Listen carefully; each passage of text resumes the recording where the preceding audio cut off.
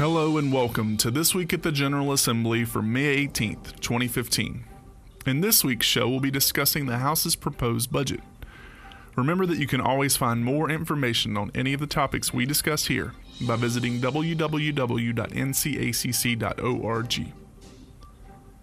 The State House provided the first look at its proposed biennial budget last Thursday.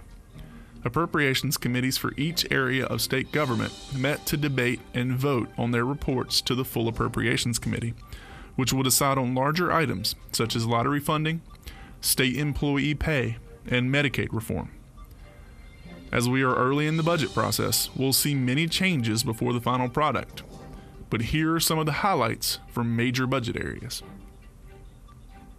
Let's start with Health and Human Services. The Health and Human Services Appropriations Committee increased funding for behavioral health programs by about $33 million overall. This includes $5 million for additional local inpatient psychiatric beds, $2 million to establish community-based crisis services development of a statewide psychiatric bed registry, and a pilot program to convert rural hospital acute care beds to inpatient behavioral health beds. It provides dollars for Medicaid reform planning, funds to the Medicaid rebase, and creates a legislative Medicaid oversight committee. Now moving on to education. The public school portion of the budget included separate set-asides for average daily membership continuances for both traditional schools and the two new virtual charter schools. The ADM for the charter schools is to offset the potential costs associated with beginning operations at $2.5 million. The bill also adjusts the source of funding for the teaching assistant allotment to offset the loss of $88.9 million in lottery receipts and non-recurring funding that supports the allotment in the current fiscal year. Lowell School Supplement funding was reduced by $13 million to $202.6 million. This is reflective of the reduction in the gap between Lowell and other schools as determined by the formula. It includes salary supplements for advanced teaching roles and bonuses for teachers whose high school students score well on standardized advanced placement and international baccalaureate exams. The community college budget saw a reduction of $6.5 million in FTE-related payments, as total enrollment actually declined by about 4,800 students. They can now include curriculum course taught year-round, including summer, in the enrollment calculation for general fund support. This generates an additional $16.9 million in the second year. Community college tuition was increased by about $4 per credit hour in 2016 and 17. The NCACC is proud to announce the Local Government Federal Credit Union Excellence and Innovation Awards Program for 2015. As a premier partner, the LGFCU supports NCACC by sponsoring such events as district meetings, the NC Attorneys and DSS Attorneys Conference, County Assembly Day, Welcome to Your County video programming, and as a conference-wide sponsor for our annual conference. For more information about the program, please visit the website that is on your screen. Now let's take a look at Justice and Public Safety.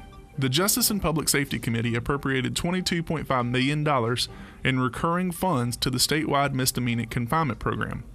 This was previously funded by court costs that were transferred directly into the program.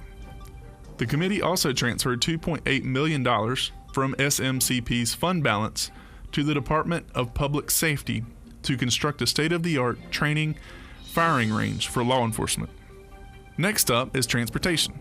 The Transportation Committee extended 44 time-limited positions at the Division of Motor Vehicles, supporting collection of vehicle property tax, to assist with the ongoing transition to this program. These positions are paid for by counties and were scheduled to terminate at the end of the fiscal year. They would continue until April 1st, 2016.